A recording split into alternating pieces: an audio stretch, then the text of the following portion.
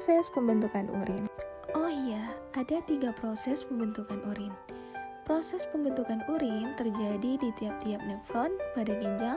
Proses yang dilalui meliputi 1. Filtrasi atau penyaringan, 2. Reabsorpsi atau penyerapan kembali, 3. Aumentasi atau pengeluaran zat.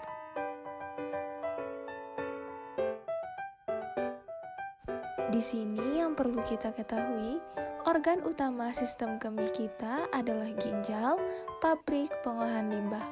Tubuh kita menyaring racun keluar dari tubuh serta zat lain yang tidak lagi kita butuhkan. Produk limbah ini meninggalkan tubuh dalam bentuk urin yang diproduksi oleh ginjal. Beginilah cara air dan zat seperti urea, asam urat, garam, dan asam amino dikeluarkan dari darah. Oke, kita masuk ke tahapan yang pertama, yaitu filtrasi atau penyaringan. Filtrasi merupakan langkah pertama pembentukan urin. 2 faktor utama yang memungkinkan terjadinya filtrasi adalah struktur glomerulus atau kumpulan kapiler darah yang sangat berpori dan tekanan darah di glomerulus yang jauh lebih tinggi dibandingkan dengan tekanan di kapiler-kapiler tubuh lainnya.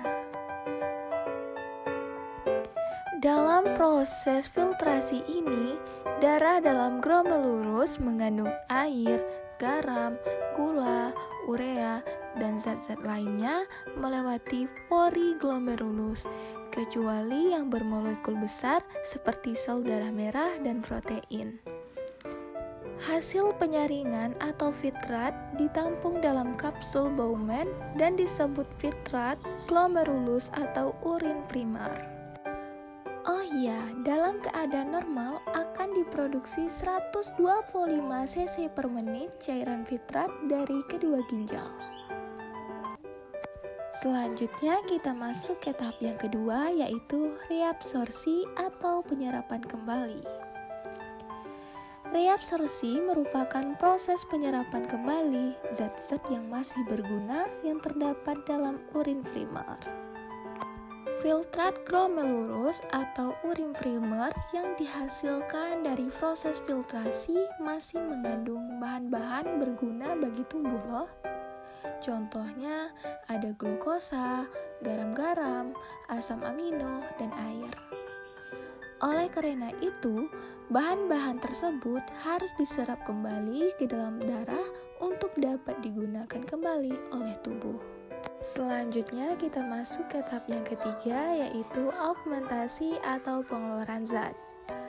Ekresi urin diperlukan untuk membuang molekul-molekul sisa dalam darah yang tidak lagi dipakai dan disaring oleh ginjal untuk menjaga homeostasis cairan tubuh.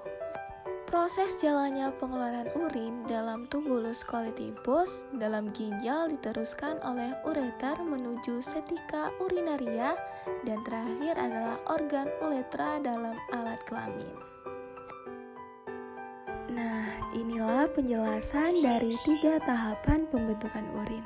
Selanjutnya kita masuk ke pembahasan yang kedua, fertilisasi pada manusia.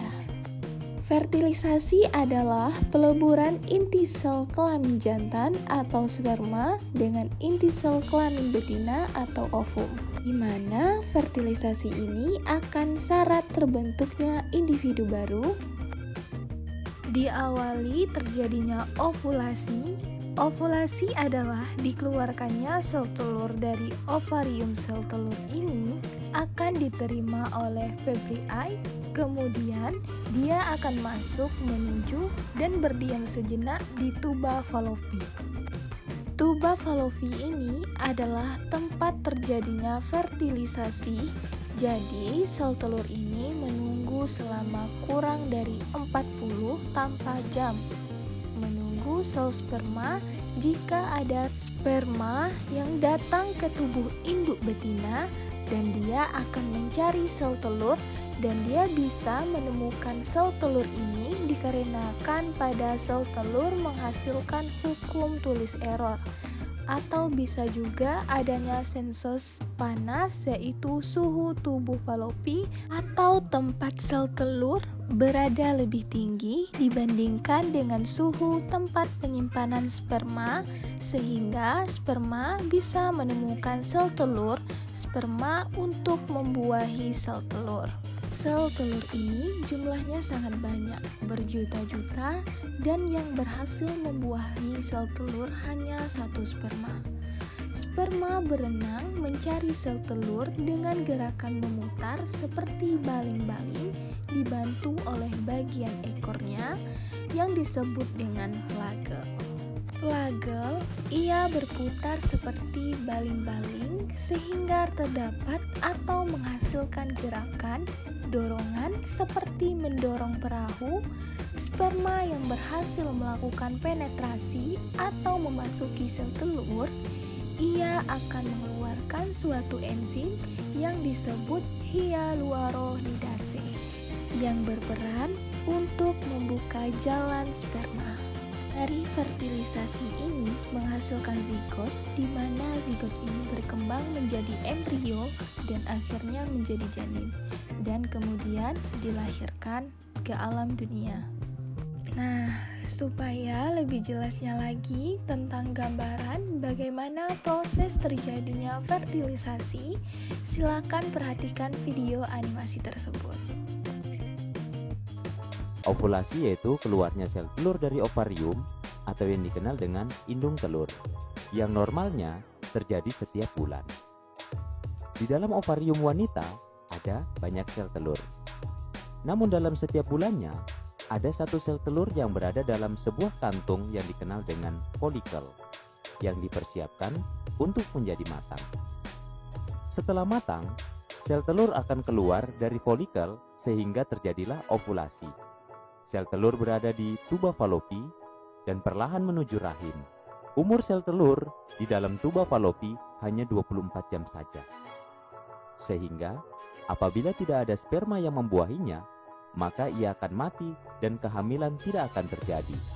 Oke, cukup sekian pembahasan kita kali ini, dan jumpa lagi di video selanjutnya. Bye-bye.